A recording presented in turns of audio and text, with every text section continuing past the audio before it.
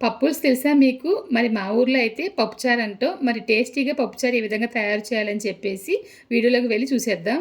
కుక్కర్‌లో కందిపప్పు, పెసరపప్పు వేసి బాగా కడిగి, కాస్త నీళ్లు పోసి పక్కన నానబెట్టండి ఒక 10 నిమిషాలు. తర్వాత ఉల్లిపాయ, పచ్చిమిర్చి, టమాటో, పసుపు, కొంచెం కరివేపాకు, కొంచెం జీలకర్ర, తగినన్ని నీళ్లు పోసి మూత పెట్టి 2 విజిల్స్ రానివ్వండి హై ఫ్లేమ్‌లో పెట్టి. నానబెట్టాం కాబట్టి త్వరగానే ఉడికిపోతుంది. ఉడికిన తర్వాత పైనున్న టమాటోలు, ఉల్లిపాయ ముక్కలు తీసి పక్కన పెట్టేసి పప్పు బాగా మెదిపిన తర్వాత ముందుగా తీసి ఉంచిన టమాటో ముక్కలు, కారం, చింతపండు రసం, రుచికి తగినంత సాల్ట్, వాటర్ వేసి బాగా కలిపి ఒక 10 నిమిషాలైనా బాగా మరగనివ్వాలి. పోపు కోసం అని చెప్పేసి నేను ద ఇండస్ట్రియల్ నుంచి తీసుకున్న ఈ ఫ్రై పాన్ అయితే వాడుతున్నానండి. చాలా బాగుంటుంది పోపు వేయడానికి. ఆయిల్ వేసి పోపు దినుసులు వేసి బాగా వేపిన తర్వాత మరుగుతున్న పప్పుచారులు వేసేసి కొంచెంగా కొత్తిమీర వేసి బాగా మరగనిచ్చారంటే పప్పులుసు అదేనండి మన గోదావరిలో స్టైల్లో పప్పుచారు తయారైపోతుంది. టేస్ట్ అయితే సూపర్ ఉంటుందన్నమాట.